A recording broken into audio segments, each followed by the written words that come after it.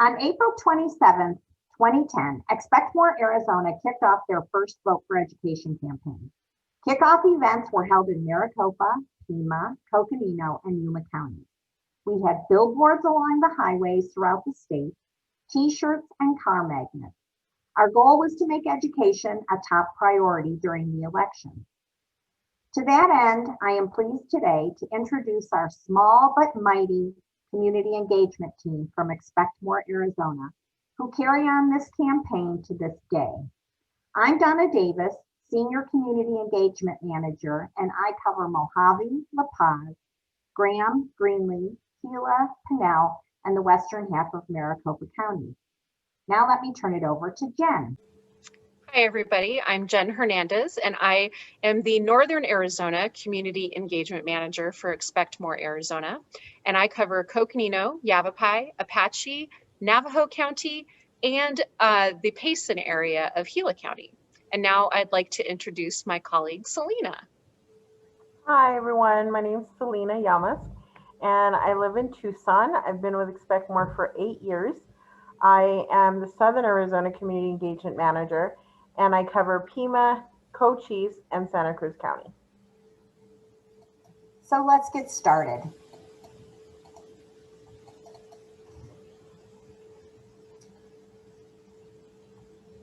In this time of caution around the virus, our team decided we wanted to record a presentation around our Vote for Education campaign that could be recorded and used by groups at any time.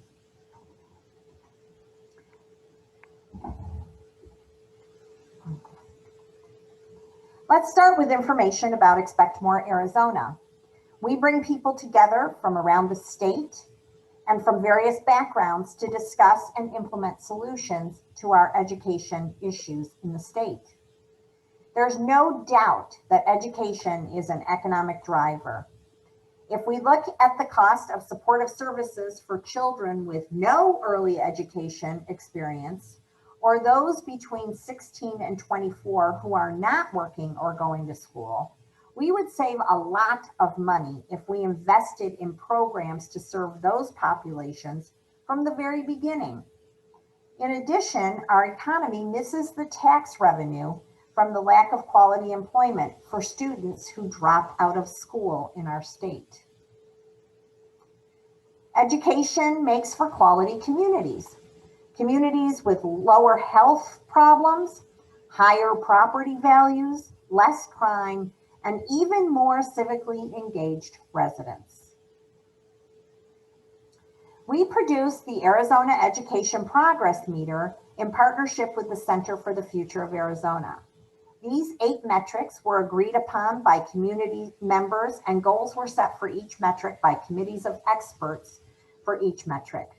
While we had hoped to meet these goals by 2030, challenges in equity continue to plague our education system, along with the fact that teacher recruitment and retention is a huge challenge. The percentage for each metric shown is statewide, but you can go on our website and get more localized data by county, by town, and even by your own local school district. As you can see, only 22% of our students between the ages of 3 and 4 are engaged in a quality early learning experience. Our goal by 2030 for this statistic is to have 45% of our 3 and 4-year-olds engaged in quality early learning. That's double the amount that we currently have. And during this crisis, many of our childcare centers have shut down. So that 22% is probably even lower in this day and age. While 78% of our high school graduates graduate in 4 years, we would really like to increase that to 90% by 2030. And then our attainment, which is the number of adults between 25 and 64 who possess some kind of training or education beyond high school, is at 46%, but today's workforce requires that 60% of our adults have some kind of training beyond high school. So we are woefully behind in our attainment levels as well. Our primary goal as an organization is to make progress in each of these metrics across the state. Progress, however, requires good education policy.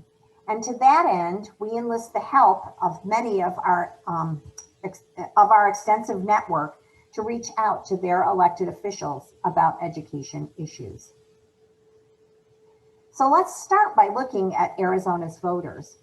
This slide depicts our population by age as of 2019.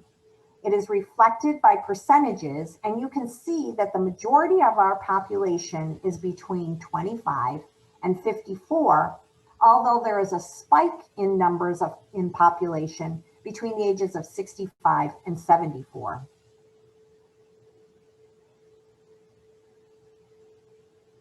This slide reflects census data on the voters in our state for the 2016 election, which was our last presidential election. Green represents the total population. Blue is registered voters in that age group. Red is those who voted. Voting tends to increase with age, and 67.8% of those who are over the age of 65 voted in 2016, while only 35.8% of 18 to 24-year-olds voted. So education policy is decided by citizens who, for the most part, no longer have children in the system. When we look at primary election turnout, the situation gets even worse. Many times in our state, elections are decided during the primaries because our districts, in many cases, are partisan. They're either red districts or blue districts. So whoever wins the primary will win the general election. For instance, in my own district, we had 4 Republicans running for 3 seats in our primary earlier this year. We selected the three Republicans to run in the general election, but in our primary, our Democratic primary, we only had 1 candidate. So it is assumed that our 3 Republican candidates may be the winners of at least 2 of the 3 will be definite winners to our election, because there's only 1 Democrat who's even running this election. So this is a big year for our country, and there's a lot of noise around the federal candidates. For the most part, the candidates that affect your life are the ones that are closest to you. Your local school board, your local town council, then your state officials, but the federal government actually does play a role in education in our state. And it all starts with the president's cabinet, which includes the vice president, along with the heads of 15 executive departments. Those heads are called secretaries. So we have a secretary of the Department of Education, we have a secretary of the Department of Agriculture, etc. Additionally, this president's cabinet includes the White House Chief of Staff and heads of other offices like EPA, Management and Budget Office, the CIA, the National Intelligence Office, and some other organizations. These members are appointed by the president and subject to confirmation by the Senate, but they serve at the pleasure of the president and can be dismissed at any time. So the president and our senators are critically important to these appointments. And this slide reflects those officials that have an impact on the Arizona Education Progress Meter. Of course, you would know and understand that the U.S. Department of Education has a huge effect on education in our state. The money from this department runs to our state Department of Education. And we do get a lot of dollars from the federal government to pay for a lot of things. Some of our bigger ticketed items are Title I schools, special education funding, and Pell Grants. But our state also gets a lot of impact aid to fund education on federal lands, like students who live on Indian reservations and military bases.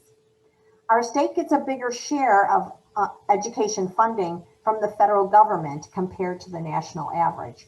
And this affects our entire progress meter, from 3rd grade reading and 8th grade math to high school graduation to post-secondary enrollment, which can be based on Pell Grants and work study and student loans. All the areas in the education progress meter are affected with funds by the U.S. Department of Education. Another federal department that affects funding that impacts our progress meter is the Department of Labor. These funds affect attainment and opportunity youth, and they come to our state in the form of the Workforce Innovation and Opportunity Act, which is meant to strengthen and improve the nation's workforce system and to help job seekers and workers get high quality jobs and careers, and to help employers hire and train skilled workers. Participants in these programs have to qualify with income requirements, but training is a huge part of these programs, and training can be paid for through this program and must result in an industry recognized credential. In Arizona, this funding flows through our Department of Economic Security, or DES, and this funding definitely affects our attainment. The Department of Health and Human Services at the federal level comes to our state Department of Health, and it affects our early education part of the progress meter because it funds Head Start, child care assistance, and child care licensing.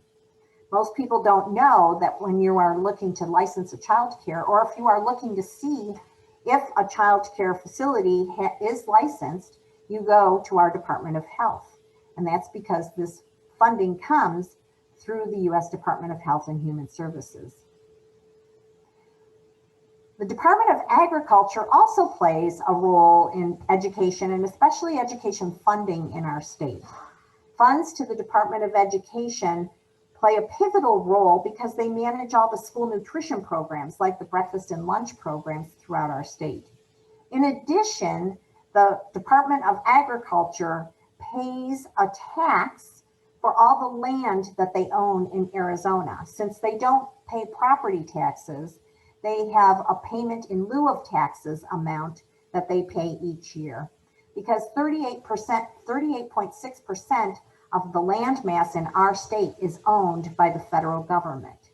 So as citizens, we need to pay attention to this critical funding piece, which is a source of concern every single year when the federal government makes their budget.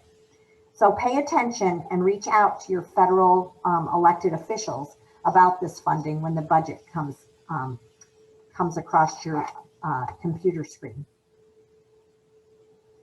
The Corporation for National and Community Service is an independent agency of the U.S. government, and it funds our National Volunteer Service Corps, called AmeriCorps or AmeriCorps Vista, among other programs, actually. In these programs, individuals spend 1 to 2 years volunteering in communities, and at the end of their service contract, they earn an education award to be used at an institution of higher learning. So in closing, according to the Rockefeller Institute, our citizens paid about $55 million in federal income tax in 2018 here from Arizona. And we got back $81.5 million in federal funding to support programs in our state. So our state receives about $1.48 for each dollar we contribute through federal income taxes. And compare that to New York State, who gets 91 cents for each dollar that they pay. So with that bit of good news, I'm going to turn this presentation over to Jen, who is going to give the state perspective on voting. Thanks, Donna. Beyond just what Donna has shared about the federal system, there are many entities involved in education here in our state. So for example, on a statewide level, we have First Things First, their state board, which is the entity that's focused on early learning and health for children age birth through 5. Another example is the State Board of Education, which oversees Arizona's K-12 system, and also the Arizona Board of Regents, which oversees our 3 state universities, and the Arizona Community College President's Council, which oversees our state's community college system. You also have all of the elected officials that influence education in our state, including the governor, the state superintendent of education, representatives and senators that make up our state legislature, and locally, you have county and district superintendents, local school boards, First Things First regional partnership councils, local governing boards, and finally, all of the education stakeholders, including educators, parents and families, students, business and community leaders, the philanthropic community, and you. The point is that there are a lot of people involved in supporting education in Arizona. Because those offices are involved in education, people elected to serve in those offices, whether it be a state senator or a local school board member, are the people that will be responsible for many education decisions. And so if you care about what happens in education, it's really important to pay attention to those races, as well as to any propositions or local bond and override elections happening in your community. We are going to be going over these topics in a bit more detail later on in our presentation. But first, let's go into a little bit more depth about each of the elected leaders in our state that make up Arizona's government. At the top, we have the Arizona governor. Currently serving in that role is Governor Doug Ducey, and he will be in that role until that seat is up for election in 2022. Aside from the ability to use political influence, the governor approves or vetoes laws and budgets passed by the legislature. In addition, the governor also appoints members to the State Board of Education, which they set policies for Arizona's K-12 system. The governor also appoints members to the Board of Regents who set tuition rates and hire university presidents. And the governor also appoints folks to the board, the statewide First Things First board, who provide funding and programs for early education and health, and to the Arizona State Board for Charter Schools, who grant charter status to qualifying applicants and oversee charter schools in Arizona. Then you have the State Superintendent of Public Instruction. Now, we're one of 13 states that asks voters to elect somebody for this role. Kathy Hoffman was elected to serve in this role in 2018, and that seat will again become competitive in 2022. In general, the state superintendent's role is to oversee and administrate the Arizona Department of Education, which manages the state's public school system. The superintendent is also responsible for distributing education funding and executing education policies as set forth by the State Board of Education. And the state superintendent also works with the board to develop and implement standards for Arizona's public schools. The superintendent also serves as a member of the state board, as well as a member of the State Board for Charter Schools and others. So for each one of Arizona's 15 counties, voters also have the opportunity to elect a county superintendent of education. And now it's the county superintendent's job to monitor their region's school district's revenue and their expenditures, and then they can help schools with the budgeting process. The county superintendent also keeps track of student achievement and creates policy on acceptable pupil-teacher and pupil-staff ratios for special education. They also have the ability to appoint individuals to vacancies on school and community college governing boards. Now, this seat is up for election every 4 years, including this one. So do make sure that you know which candidates are running for your county superintendent of education seat. Next, we have our state legislature, which is made up of two bodies, the Arizona State Senate and the House of Representatives. Seats in the Senate and House are up for election every 2 years, with one senator and 2 House representatives from each district. This body of 90 members produces a state budget and passes laws that can impact everything in education, from the number of days in a school year to whether or not students have access to kindergarten or access to career and technical education. So remember, all of these legislative seats are up for election this year. It's very important. Make sure you know which candidates are running in your district so that you can make an informed choice when you vote. And if you don't know which district you live in, no worries. We're going to cover how you can find out who is running in your area and how you can reach them later on in our presentation. Now, those folks, those legislators that we elect in November to serve in our state legislature, they're going to begin meeting in regular sessions starting the second Monday in January. The legislative session generally runs about 100 days, but it has been shorter and longer in previous years. Beyond the regular session, either the legislature or the governor may call a special session. Now, there are going to be a plethora of opportunities for education advocates to get involved in the legislative process during the upcoming regular session. And we're going to have a more in-depth webinar this winter to give you more information about how you can get involved then. And we're also going to be sharing content on our website and all of our social media channels about what is happening in regards to education policy during that legislative session. So please stay tuned so that you can speak up and make sure that your voice is heard on these important education issues. And finally, one other very important position that you have the opportunity to vote for this year is your local school board candidates. And that's depending on what school district you live in. You will only see candidates for your local school governing board on the ballot if there are more people running than the number of seats available. So what school board members do is they set the direction for their school district, and they have a great deal of responsibility for how your local schools are run. They hire and evaluate the district superintendent. They determine the school calendar and the daily schedule.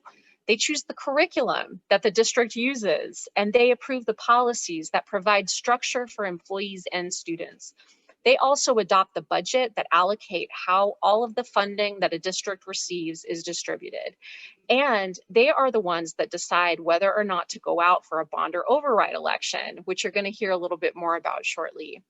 Now, if you're unsure for who's running to fill the seats for your district's school board, you can reach out to your county superintendent's office to get a list. And also on Expect More Arizona's website, we do have a list of school board candidates posted, as well as their contact information where possible.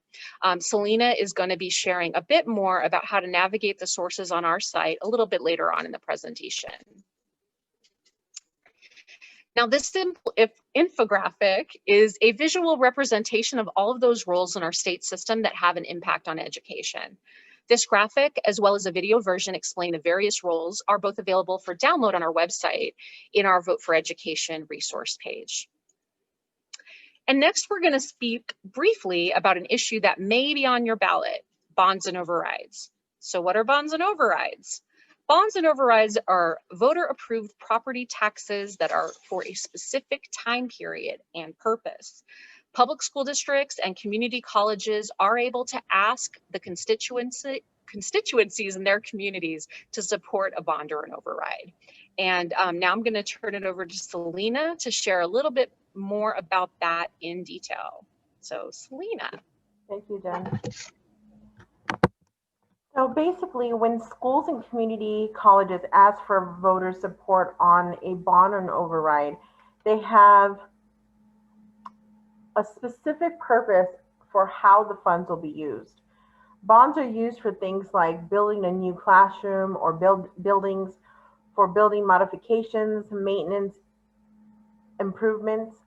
For overrides, there are two forms. One supports operations, which funds teachers and educational programs like reduction in class sizes, all-day kindergarten, tutoring, and other things that support teaching and learning. The other form of override supports capital expenses, like buying computers for student learning. Sometimes overrides are continuations of an override that has been in place for years and would not change anything for local taxpayers if passed. Next. In addition to the bonds and overrides that may be on your ballot this year, every Arizona voter will have two statewide ballot initiatives to consider. The first one is Proposition 207. Prop 207, otherwise known as the Marijuana Legalization Initiative. This law, if passed, would allow limited marijuana possession, use, and cultivation by adults 21 years or older, amend criminal penalties for marijuana possession, ban smoking marijuana in public, impose a 16% excess tax on marijuana sales to fund public programs, authorize state and local regulation of marijuana license, This could impact education funding in Arizona because it could place a 16% sales tax on marijuana, in addition to the existing transaction privilege tax and use tax. Revenue from the tax would be divided between community college districts, municipal police, sheriff, and fire departments. While Expect More Arizona has not taken a position on this proposition, we strongly encourage you to investigate the pros and the cons of this proposition for yourself so that you can make an educated choice when you vote. Next. The next ballot initiative that I'd like to discuss is Proposition 208. You might have seen some of their signs all around your community. They're big red signs. Prop 208, also called the Invest in Education Act, it imposes a new 3.5 income tax surcharge on Arizona taxpayers whose income is beyond a certain amount. Over $250,000 for individuals filing as a single person or for married persons filing separately. If passed by the voters, the proposed surcharge would go into effect January 1st, 2021, and would be in addition to existing income tax imposed on taxable individual income at these income levels, currently at 4.5. Proposition 208 states that allocations to school districts, charter schools, and career technical education districts from these funds are in addition to any other appropriation or allocation of public or private monies and may not replace, reduce, or supplement other funding sources. The new revenue generated by the proposed income tax surcharge in Prop 208 would be placed in a newly created Student Support Safety Fund. In addition to paying the cost of implementing, administrating, and enforcing the new law, monies would be allocated as follows. 1. 50% for grants to support hiring and increasing the base compensation for teachers and classroom support personnel. Second, 25% for grants to support hiring and increasing the base compensation for student support services. 3, 10% for grants to support mentoring and retaining new classroom teachers during their first 3 years of teaching. 12% to a newly created career training and workforce fund, and 3% to the existing Arizona Teachers Academy Fund. You can find more details on Prop 207 and 208 with links to additional resources in the Study Up section of our website at expectmorearizona/study/2020 ballot initiatives or ballot measures, excuse me. I'll be reviewing those resources in a bit with more details in a few seconds. Next one. Meanwhile, as a summary, here are all the positions that you will want to be prepared to cast a vote on the November 3rd election. As you review your ballot, you will see the opportunity to vote for who you want to lead on a federal level. So that's the President, Senate, and Congress. On the state level, that's the Senate, Representatives, and Corporate Commission. And on a regional level is the county and local level, which is your Board of Supervisors, your assessor, attorney, recorder, school superintendent, sheriff, treasurer, schools, community college board, CTED board, governing board, and judges. And of course, be sure to flip your ballot over so that you can indicate your preference on those ballot initiatives we discussed, as well as any bond or override elections that may be occurring in your community. Next one. Now, I'd like to take a slightly deeper dive into some of the resources that Expect More Arizona has developed to make it easier for you to do your research this election and to take action. If you navigate over to our Vote for Education website at Expect More Arizona/vote, you'll find lots of helpful tools and a place where you can sign up to do things like register to vote and learn how your vote makes a difference. You'll also find tools to help you speak up so that you can contact your candidates and ask them their position on the things that matter to you. And finally, to show up so that you don't miss out on the opportunity to exercise your right to vote.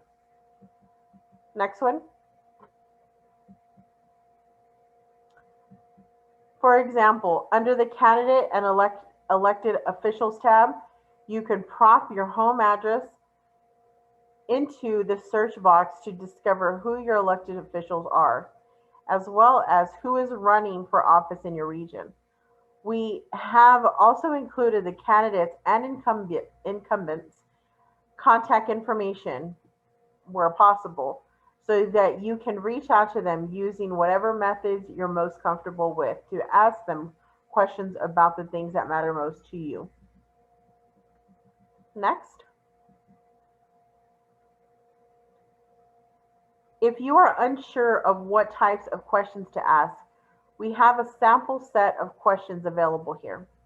The Vote for Education portion of our website also contains links to our organization's questionnaires and voting guides, as well as brief overviews of some of the education proposals on the ballot this year. Among other tools, we invite you to check out the resources for yourself. Next one. As a reminder, here are some key election dates. Please make note of them. Another thing that we'd like to encourage you to do is make a voting plan. That plan should include where you're going to vote. Are you going to the polls or do you have a mail-in ballot? You may want to plan for how you are getting to your polling place or if you are dropping off your ballot or mailing it in. Be sure you know where the official locations for them are, as well as the deadlines. And if you are planning to vote in person, whether early or on November 3rd, you may want to consider if you need to take off work to vote. Of course, please be sure you know what the ID requirements are and where your in-person polling places are located. Next one. So in closing, we cannot stress enough how important it is to vote in Arizona. We have dedicated educators and hardworking students, but they can't do it alone. As voters, parents, our students are counting on us to make sure education is a top priority for our elected leaders, and your vote truly makes a difference. So we thank you for tuning in and listening to our presentation. We appreciate your time and attention. As you can see here are the contact information for all three of us. If you are inclined to reach out, if you have questions, if perhaps you want to if you want to schedule an actual presentation now or in the future, please reach out to us and email or give us a call. Again, we appreciate you and we want you to be an education advocate right where you are. Thank you.